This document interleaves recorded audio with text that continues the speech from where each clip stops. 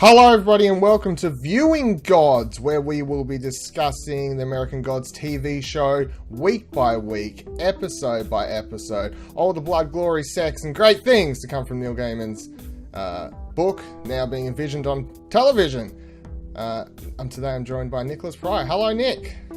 It's your boy. How you going? I'm good. So we're going to talk, bit of a late show. We've been talking about doing video content stuff, shorter podcast type things for the YouTube channel for a little while now. We kind of decided this late minute last week. Our notes aren't up to par to what I would like, not I at don't all. think. But next week, when we're episode 2 on, I'll be down. I'll be making notes from the get-go. So I think that will be And I'll be winging it. You'll be... Whatever works, I suppose. So, today's episode, or the first episode of the season, was called The Bone Orchard. It was directed by David Slade, written by Brian Fuller and Michael Green, who are the executive producers and creators of the show. So, I think I just want to jump in. First impressions of the show.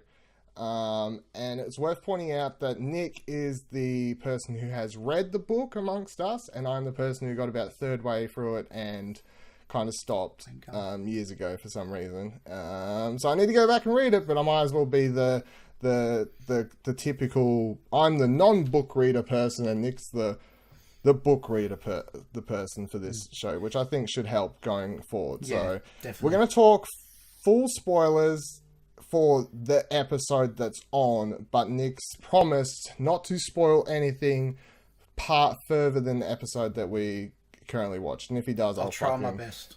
Kill him or just edit it out. Whatever works. Magic of production. So, initial impressions, I thought it was great. As far as like a pilot introductory episode to a TV show goes, I think it's the kind of one. It's very similar because these guys also made Hannibal, or Brian Fuller made Hannibal, the TV show. Yeah. Which explains a lot when you realize and you watch it and you're like, yeah, I can tell. So I think it's similar to that. It's already gonna, like, if someone sits down to watch it, it's either gonna be like, what the fuck is going on? This is weird. There's a lot of violence. There's a full-on sex scene that's kind of fucking weird. What is happening? Yeah, and then by the end, you reach the end of the episode, it's like, what the fuck even just happened? Credits start rolling, and I think you're either going to be someone that's like, oh, I'm on board. I have no idea what the fuck just happened, but I'm on board. Or you're going to be someone that's like, this is rubbish. Like, this is terrible. Yeah. Fucking ban this from my TV. And you're sitting at home writing your mum letter. Dear television network, please, can you fucking get this off my TV? So that's I'm personally on the, I fucking loved it. I'm on board hype train, but I was already pretty pumped. Because although I never finished the book, I'm a Neil Gaiman fan, and I need to go back and actually finish this book. But I'm also a huge Hannibal fan. Like, Hannibal is probably like top 3 TV shows for me, so I was pumped for it from that perspective. What are your first impressions? Like it? Yeah, I do like it. It's generally positive. I mean, there's a few things, I don't know, it's the visual style is a bit more surreal to what I was expecting, but that's the Hannibal thing. Yeah, I think. Yeah. And also the especially the first opening sequence with the Vikings and that, the violence is very Spartacus-like. Yeah. It's a lot more blood than realistic would anatomically be there. Yeah. Yeah.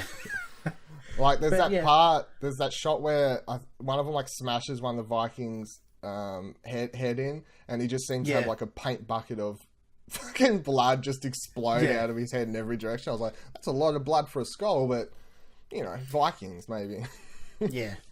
I think stylizing it too, like, it sets it up for the more outlandish elements that'll come later too.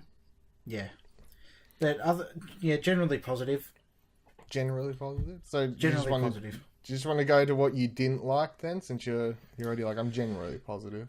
I think coming from the book, the show rushes into things a little bit quicker than what would, because the book is a very slow burn. It's quite a big book. Yeah, it is. It's 600 and something pages, I'm pretty sure. But yeah, like also with the book, Shadow is more of like a not so much silent protagonist, but he's written in a way where you can relate to him as in like you're in his shoes, whereas in the show he's a lot more active instead of passive. Mate, I think that's just part of making it a TV show. Yeah, though, yeah, like, of course, yeah. I mean, yeah. they had to do something different. Yeah. Because they wouldn't have been able to make a decent show otherwise, but I'm liking the direction they're going.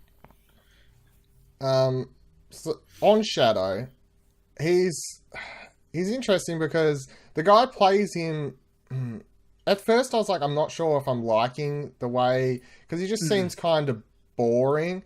But then by the end of the episode, I kind of came to a conclusion. I think he's just trying to play it that he is like he's just not letting loose. Like they build up throughout the whole show, and especially after I just got watching it the second time, I'm like, I think they're trying to hint at that on purpose. Like they have the whole airport scene where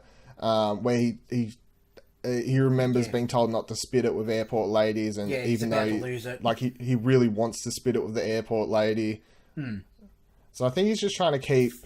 They're trying to show that he's trying to just not let loose at all. Just keep to himself. Don't talk to anyone. Just keep very mellow. Don't get too emotional about anything. Even when he gets to the funeral at the end of the episode and he comes in and there's that awful scene with... What the fuck? I wrote down the character's name here. Audrey.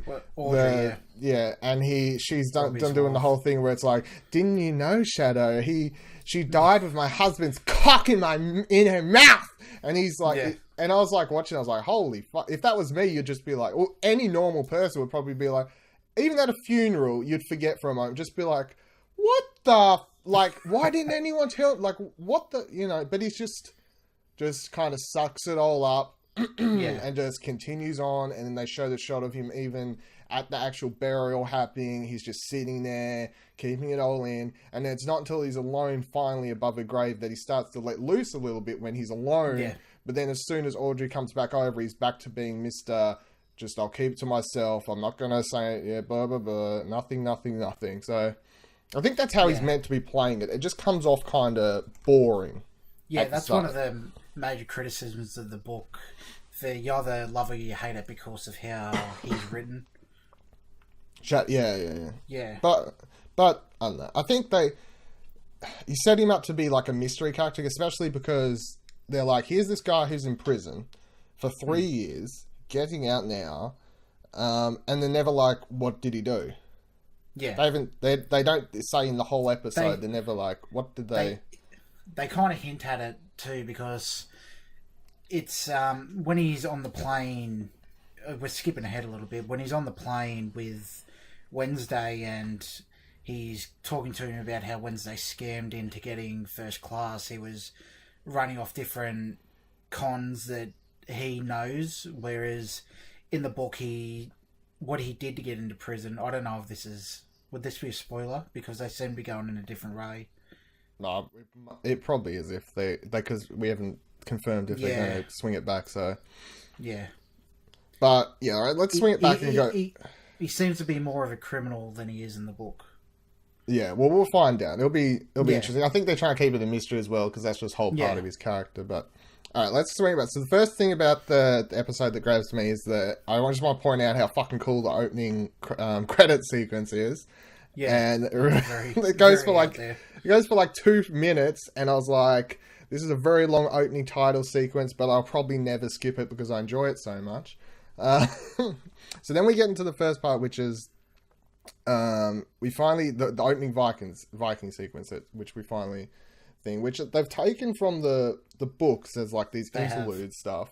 Yeah, but they've already said that each episode this season is kind of going to open with one of these prologue bits or something, so that's interesting. It'll be and they also said that the Viking one doesn't really tie into any particular god, like knowingly. Like it does tie into a god, but it's not like, here it's about this person.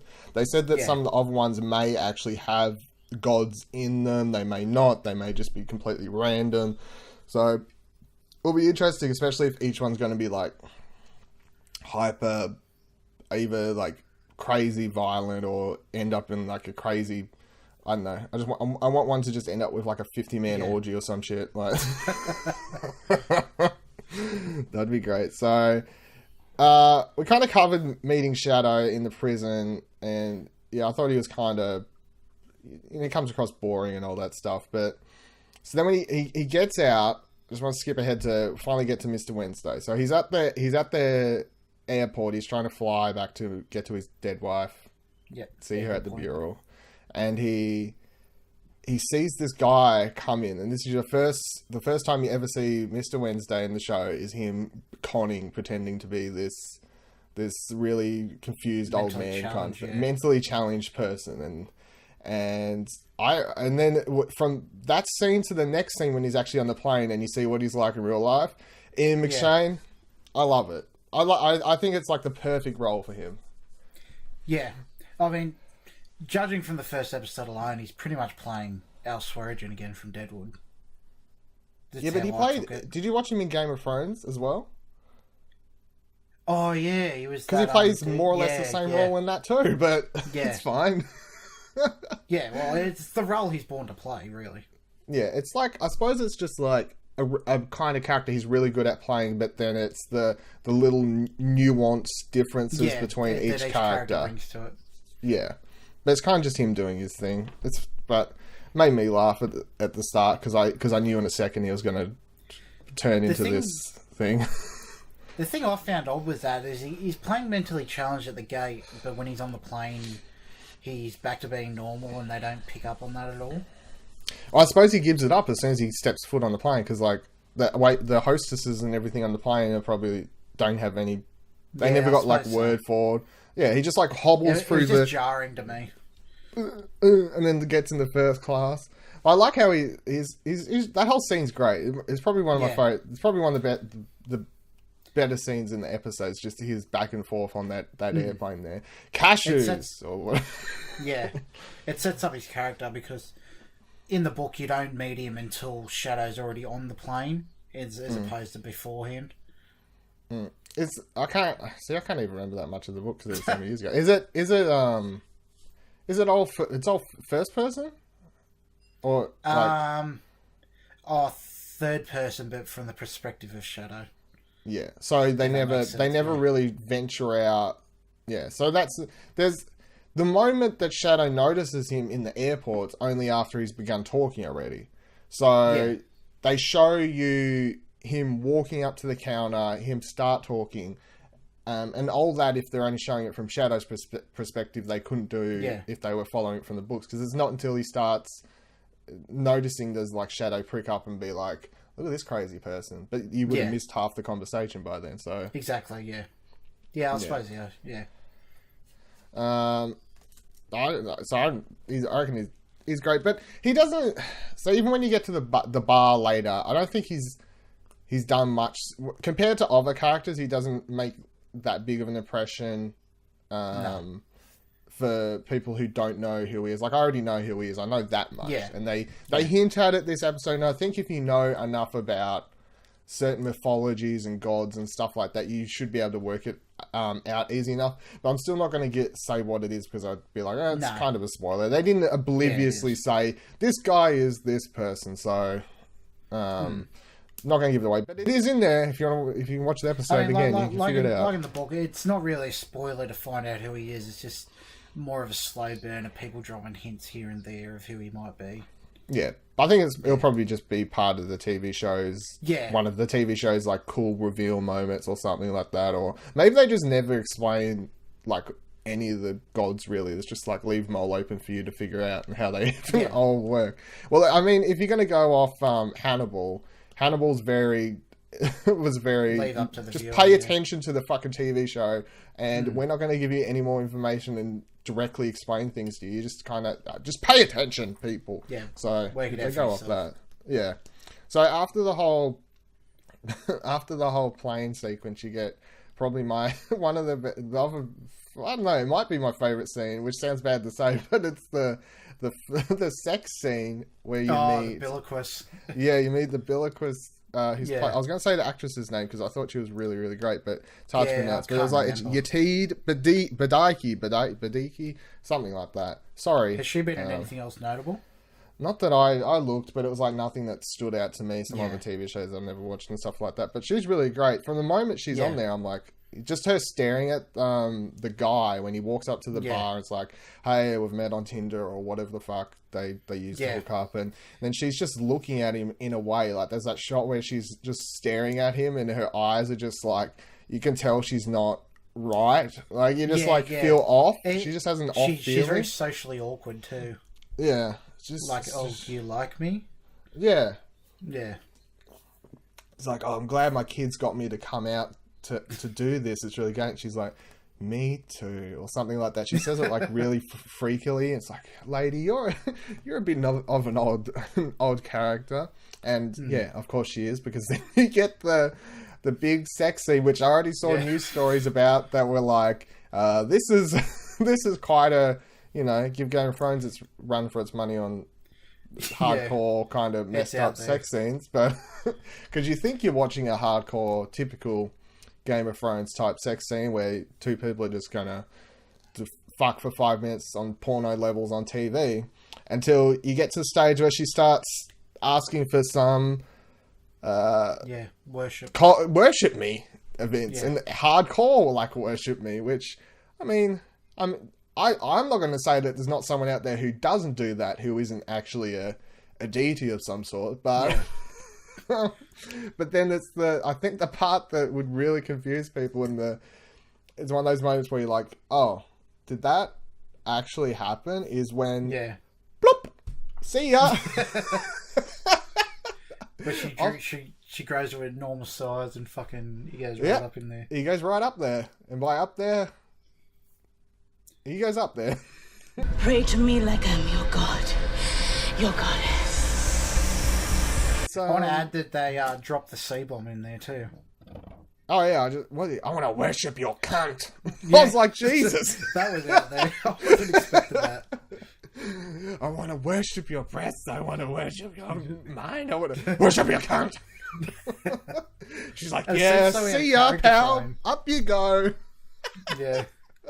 It's the kind of thing. I'm glad they actually went there for the show. Yeah, well, I mean, if you're gonna do it, like, because that scene's like probably word for word. Yeah, pretty much. From the only thing they've modernized it because it was written 2000, I think, and in the book she's a hooker and he's like some Hollywood exec who's an asshole, just paying her, and then she gets him to worship. Where they've updated it to like an online dating type of thing, Tinder. Dating. Yeah, so that makes sense. That's fine. Yeah. But they're gonna update. Yeah, no, it's great. I like the modernisation they've done so far. I think as the show goes along, you'll probably see heaps of other things that get, definitely updated, including to do with the character we'll get to at the end of the episode in a little bit. Also, probably the line that made me laugh too hard for some reason, even when I watched it the second time, is when they finally about to get going and he says, "You're the sexiest thing I've ever got to touch for free." I was like, who fucking says that? Like, if this was real life and this girl wasn't trying to just eat him in a fucking vagina, it would just be like, fuck off. Like, slap, see ya. You're just goddamn sexiest thing I've ever got to touch for free. Ew, bye. Like, it's like, you fucking weirdo. It's a good contrast too of how it was when they first met to kind of like the intoxication she has over him changes him into yeah. He doesn't take much to. He's like, I don't really know what you want me to say, what you want to do, and then 5 minutes later, it's, I want to worship you, cunt. You know, at some stage I was like, maybe I should make this show zero swearing or just like bleep it out. But I was like, you know what? No. They say on the show, if they say that on the show, no, fuck it. Who's watching this if they haven't seen the show? Yeah, and look, it's just part of the show. Other than to see my sexy face. Yeah, well,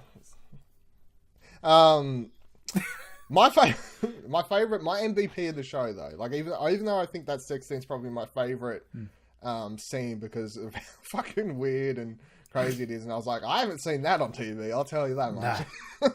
My MVP of the show is going to go to Pablo Schreiber, who plays Mad Sweeney. Mad Sweeney. He was fantastic. the bomb. He was the best. Shadow gets off the plane. They get kicked off because they're like, oh, there's a storm coming, and then they come off, and he gets in a car, and he basically makes his way down to this bar, and he's in this bar, and then he goes to take a piss. Mr. Wednesday's there, of course. Hi. Shadow's like, fuck off.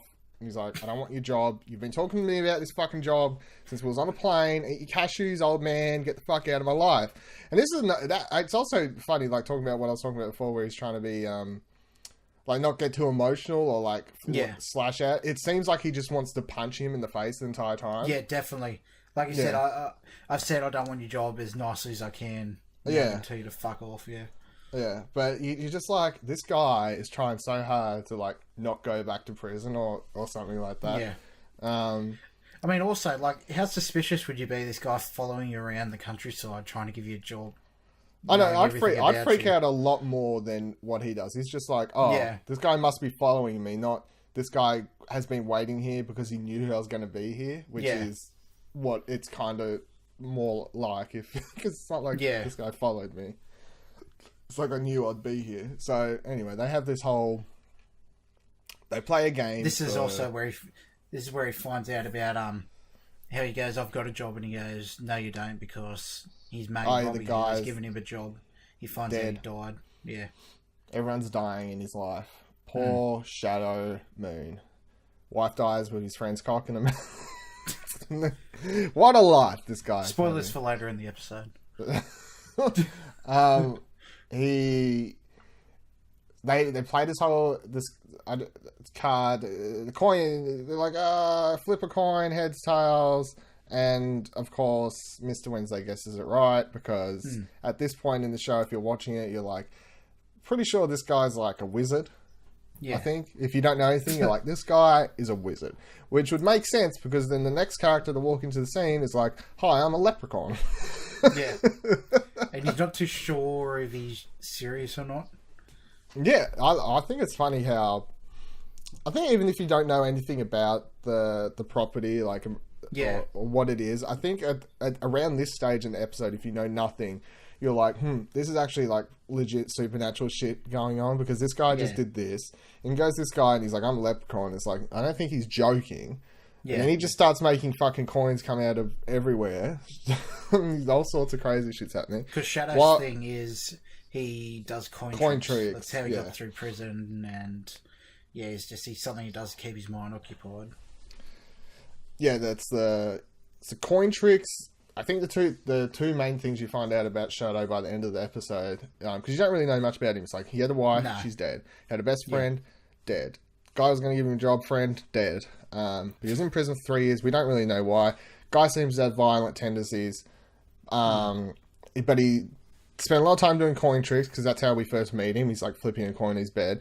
And then by the end of the episode, when we're at the funeral scene later, he mentions that he was reading like 6 books a week or something like that. So he's read like hundreds and hundreds of books about history. And he's like, I like maths. Who would have thought it? It's like, okay. So all he did was read and flip coins, which, you know, maybe in the 1940s sounds like a great time, but so no, Mad Sweeney comes in, and this whole scene's funny to me because they just show you so many things to be like, without making it too obvious that this is a supernatural type thing. Like the fact that while they're sitting there talking and they're like, you're going to take this shot to seal the deal, that they finally he's like, you're going to come work for me, you're going to be driving me around. He doesn't really say much about the job, but at this stage Shadow just kind of seems drive me around, do errands for me, hurt people that try to hurt me or something like that. Yeah. And I think if you just watch it, it seems like, why would this guy just randomly agree to this? But it's like, his wife just died, his friends are dead, the job he had, dead. Yeah, well, he says he's sitting at the table and Wednesday's at the bar, and he goes, reading the obituary, and he goes, oh, I'm broke, I don't have a job to go to, fine. Yeah, so he's kind of just in a, fuck it, like, flip the coin, if you get it right, I'll work for you. What else have I got going on for me anyway? So Yeah, pretty much. yeah. But they do the thing where they keep showing Sweeney just landing bullseye after bullseye while they're talking in the dartboard. Which if they only showed a couple times, or if this was a Marvel TV show, you'd be like, "Ha! That guy's just bullseye. He's a great villain." But you're like, this guy just doesn't. Just a little more hints at magic because they don't go full on crazy until quite the end of the episode. But like, here's a little bit of sorcery for you. Here's a little bit more sorcery for you. So then they basically end up fighting because, well, they didn't really have a reason to fight. It was just fight me. It was more or less he walked up and said, "Oi, fight me. Your wife sucks." Like he just prodded him until he could find something to make him fight him because he's just a crazy fucking dude. And I think that's when you finally get to see that Shadow is a lot more violent, and then he's like being holding in, especially because it's the part where he finally gets Sweeney up against the bar and he starts belting into his face like a madman, like consumed until he sees the woman who was really nice to him only just before on the way in, and she's shaking her head at him, and he's like has to pull himself out of it and be like, oh. So I think that kind of hints at the kind of person he was. You can feel it coursing through your veins, just the joy of the fight. You do it because you love it, kind of thing. Yeah. So yeah, I think that's the most you get to be kind of like what kind of person he was before prison, and it counterbalances so if that's the kind of person he was before prison, and then in prison he spent all his time just reading books and flipping coins. He was trying to more or less come out of prison a completely different person. Himself, yeah. So they you don't really see the end of the fight. You think it's over, but then Sweeney grabs him and says it's not over until I say it's over, and then they kind of cut to blank, and all of a sudden he wakes up and Mr. Wednesday's driving the car, and he's like, my head hurts, blah blah blah blah blah. They drive to the funeral more or less. Well, Shadow only goes to the funeral by himself, but Mr. Wednesday. There's this weird moment where there's one throwaway line that I never noticed the first time I watched it, but the second time I was like, oh, that's a bit weird. How Wednesday's like, oh, you only ever get to bury your wife once. Something like that. Like, it's like, why are you saying that so happy? Like, this is a great occasion. You only get to bury your wife once. And then he goes, I'll say this to you once and once only ever. Take as much time as you need. Yeah. Implying that he's going to be Wednesday's bitch pretty much from here on out. Yeah, from here on out. So it's like really, when you think about it more, you're like, this guy seems so weird. And that's the last you see of Mr. Wednesday, which that's what I was saying before. I think considering him and Shadow are the main co-characters going to be for the show, they don't really give you much of him in the first episode. It's like here's a little bit of mystery, crazy guy on an airplane, bumps up again. Here's a job. All right, go do your thing. So they spend most of this episode just shutting up Shadow. So I expect by episode 2, when they finally start traveling together or whatever direction they're going to head as his chauffeur or whatever the hell his job is, they'll have to spend a lot of the episode 2 explaining and probably telling you who he actually is. Also, forgot to mention the terms of the job too. It was driving errands, hurting people, and in the unlikely event of his death, you have to hold vigil for him. Yeah. I forgot that part, Which, again... is very ominous. Very, there's lots of little... who adds that into a job description? Yeah, no one. I mean, it's in my job description, but... Well, I know what that's like. So then Shadow heads down to the funeral, and it's this whole awkward scene, as I mentioned before, with Audrey. He's like, my husband was fucking your wife. They died in a car crash while she had his cock in his mouth, and the doctor had to take it out, and I told him to stick it somewhere else where it belongs. Or so. I was like, that whole scene, like, there's so many moments in this first episode where I'm like, this is the kind of stuff that would make certain people just turn the episode off. Between that and like worship my cunt and it's a very Jono show. Oh, very anti-Jono. So yeah, I think that they do the whole funeral thing, and then you kind of get to see him break loose for the first time. But it's only for like 30 seconds where he's like, I was reading all these books. Why did you do it? Like, you finally see him start reacting like a normal human being, I suppose, being like, why would you do this? Yelling at a grave and all this stuff. But he waits until no one's around. And so, yeah, as soon as Audrey shows back up, he's like, oh, back to that. And she's kind of going full fucking crazy. She actually annoys me. I don't know if it's just I got that too. Just like, from the moment she's on screen, I'm like, you're annoying me. I just looked at her, she started talking, I'm like, you're annoying me. And then soon she's like, oh, you worked it. That moment where she's like, oh, you haven't had a hug? You've been in prison for so long, hug me. Oh, you worked out. Yeah. It was very Let me suck your dick. Trying to do. I'm trying to regain my dignity here. Yeah. Fuck off, lady. So then, after that, we get to the last scene, which is when it kind of goes full weird. Yeah. And it's Shadows walking down a road, I presume back to the hotel or wherever the hell he ditched Wednesday was. Yeah. And it's like the world switches off behind him. You see like lights flicker, but it's not like actual street lights. It's just the world kind of flickers off behind him.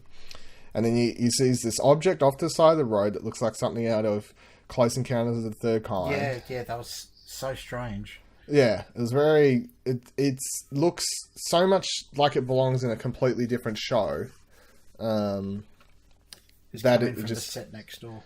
Yeah, it's coming from the set next door. I'm not saying it looked bad, it just... From everything you've seen in the episode so far, this is like...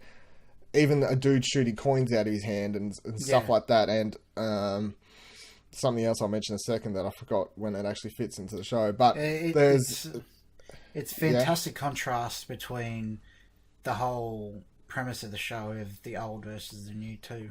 Yeah, which is it makes sense to have everything. I suppose just have everything look completely different. So he goes over, walks up to this object. It like alien face huggers his face, and he gets zapped into a digital world. Is what it looks like. He gets a PSVR.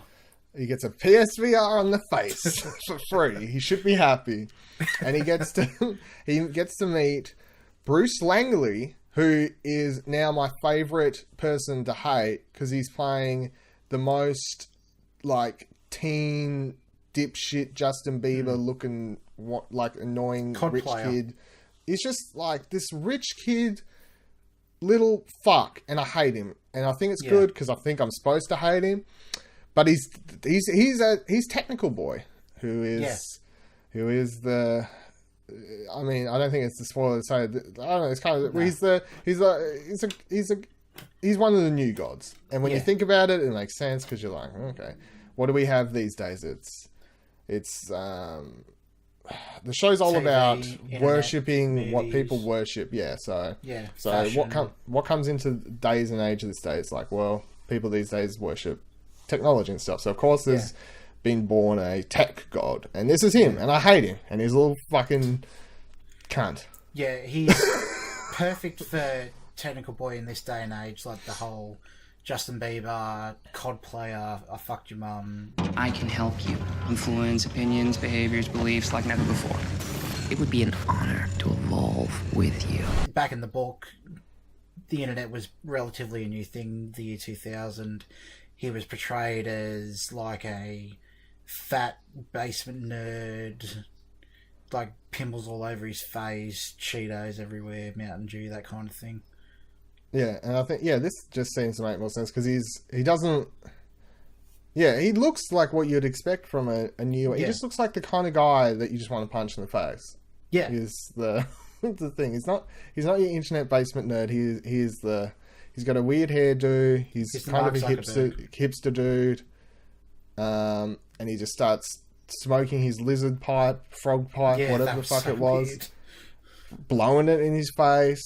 Yeah. Because he's a little fuck. There's that one shot where they do a close-up of his face, and he's got like the really big gapped front teeth, and he's just like... Yeah. I can't remember the line he says there, but it's just like... Shadow mean, or like, what's Mr. Wednesday doing? It's like, fuck! Fuck off! I don't like you. What's You just his said like game 2 plan? lines. What's your game plan? He's like, I don't know anything. He's like, and his little henchmen zip up. He's like, we'll kill you. It's like, fuck. I love the whole pixelization, digitalization thing that happens too. I think it's just so weird because even I don't even... I as much as I know about the series, I don't know enough to like fully understand what the fuck's even happening there and what happens in a second. But I'm just like, oh, this is so weird but so cool. Like, what the fuck is going on? Here's this random... he just got face hugged by something. And now he's like in a limo and he's talking to some weirdo dude. And, like, digital henchmen are appearing out of nowhere. That's a big change from the book too, because he's walking back to the motel and a limo picks him up, like dragging him like in. a legit limo. Yeah, a legit limo instead of like a face hugger digital taken somewhere else thing. Yeah, and so they're called like faceless henchmen, but they're not literally faceless like they are in the show. Yeah, they look it works great. Yeah, they oddly reminded me of... This is going to be a weird reference, but they reminded me of like the Fum dudes from Spy Kids. I don't know if that's if anyone even gets that reference, but did you ever watch Spy Kids? I don't remember it. Yeah, they were just like faceless henchmen. So then he's technical boy's like, I'm gonna fucking kill you, because he keeps asking about Wednesday. He's like, what's Wednesday doing? And I think this kind of hints at the like new versus old kind of thing that's gonna come forth. But then he's like, don't fuck with me, and then he's like, oh fine, we'll just kill you if you don't know anything Wednesday, because eventually Shadow spits it, because he's like, so you don't know anything? He's like, no, this I fucking, like, I've been trying to tell you, I don't fucking know anything, so how about you just fuck off, or something like that. Yeah. And then, he kind of just spits it. It's like, well, we'll just kill you. And all of a sudden he's thrown outside. His little henchmen hang him up, and he's hanging by a noose. Yeah. And then everyone kind of just starts getting sliced into pieces around him. That's... Very... I don't even know where that comes from. Yeah, I don't know. Like, when I was watching it the second time today, I was like looking, I'm like, is it like what's actually happening here? Because he's just hanging up by the noose, and like I was looking for signs of someone else, or like Shadow doing something or anything like that, but it's like Shadow's like passed out nearly, it seems. He's just hanging there, he's like about to die, and then everyone just starts getting sliced to pieces in the background. The ropes get sliced, he lands on the ground, and then just looks up to see these body parts everywhere and a pool of blood, and credits! Good job! Come back next week! I have a fair idea of what happened there, but I don't want to say anything. Yeah, I don't think you can theorise, because, you've got too much... I could theorise, but I have zero theories. Yeah. I actually have no idea. That scene there doesn't happen in the book, but I have a fair idea of what's happening. I assume it's going to be like Yeah. Another character coming in to save him or something like that. Yeah. I don't think it's Wednesday. I don't think it's anyone we've met. We'll talk about it next week. Yeah, we'll find out next week. The other thing, the big thing for me that I love so much about the episode was you can tell it is made by Brian Fuller, who did Hannibal, and the big change that I already noticed, because I googled this before, because I was like, I'm pretty sure that's not right, and it's there's the part, and I think it's about in the middle of the episode somewhere, he's in that forest, like the dream sequence, in quotes, whatever it is, and he sees the bison. But in the book, it's a bison man, isn't it? Yeah, it's a bison minotaur type thing. Yeah, so this is the big difference, and this would be Brian Fuller doing it, because in Hannibal, he had like an obsession with using animals as like symbolism and stuff like that. So he's changed it to just be this burning bison thing with burning eyes, which I mean, again, just another scene where if you're watching the show, what is going on? The dream sequences don't start later until the book. They've started it a lot earlier in the show. Well, they've only got 8 episodes, so yeah, that's true. That's another thing I'm wondering about, is if they do the whole story in 8 episodes, or if they do the book arc in the 8 episodes and then do their own thing after that. Or I don't know. It'll be weird to see. I mean, they can expand on heaps anyway. Of course. And They could I'm do pretty sure side Neil stories. Gaiman is consulting on the show anyway. Yeah, he's the executive producer, so he's on board. Yeah. So my wrap up is fuck fuck Technical Boy. And I look forward to hopefully him dying next week. And Mad Sweeney's my man. Any wrapping up thoughts? No, yeah, generally like it. I'm keen to see where they go. I mean, keen to see what they differ from the book, but from what I've seen so far, they're following it pretty well on the money. Yep. I'm looking forward. Yeah, it's only 7 more episodes. It seems so short when you actually think about it. Like, you just watch the first episode of the show and you're like, oh, there's only 7 more. That seems so short. But hopefully if they're planning to do several seasons, it'll be the kind of thing where this will be a success and they'll get up to like 13 episodes, which is how many I'd like for the second season. That would be great. Yeah. So I'm really looking forward to it.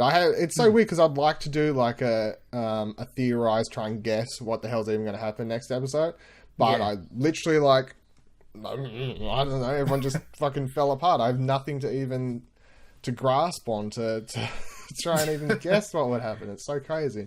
I loved it though. I think it's great. Looking forward to watching it next week. So if you have any thoughts on American Gods TV show, you can tweet at Explosion Pod. This is a Pleasure Explosion spin-off thing. Of course, you're on the YouTube channel. Head to www.pleasureexplosion.com for this, anything else. We have other podcasts. We have shows coming out. We just make shows up in 24-hour periods now. We're just like, do you want to do this? There you go. Done. Let's do it tomorrow. Rapid Upload. fire. Bam. That's how quick it's all happening now. So jump on board. Start watching American Gods. If you watch this and you haven't seen it, you're a crazy person because you would have had no fucking idea what was talking about for the whole thing. And for those in Australia who are wondering where to view it, it's on Amazon Prime Video, whatever it's called. Prime Video. So you can subscribe to that. It's a first month's free, and then every 3 months after. It's only 7 days free. Oh, 7 days free, and then it's $4 a month for the first 6 months. Yeah. At which point, if you're not paying for this show, I'm like, $4? Really? $4 a month? Really? Plus you get Man from High Castle and the new Top Gear type thing and all that. Yeah, so Amazon Prime, if you want to sponsor this show and, just give us free Prime subscriptions to talk about your show, I'm all for it. Amazon. Where can you follow? What's your Twitter, Nick? My Twitter is at Lord and Prior, Prior. And you can follow me at Vivaladil, which is at Vivaladil. Thank you for watching. Have a wonderful time. We'll be back to talk more American Gods next week. Yep. And until next time, don't swipe left on Billaquist.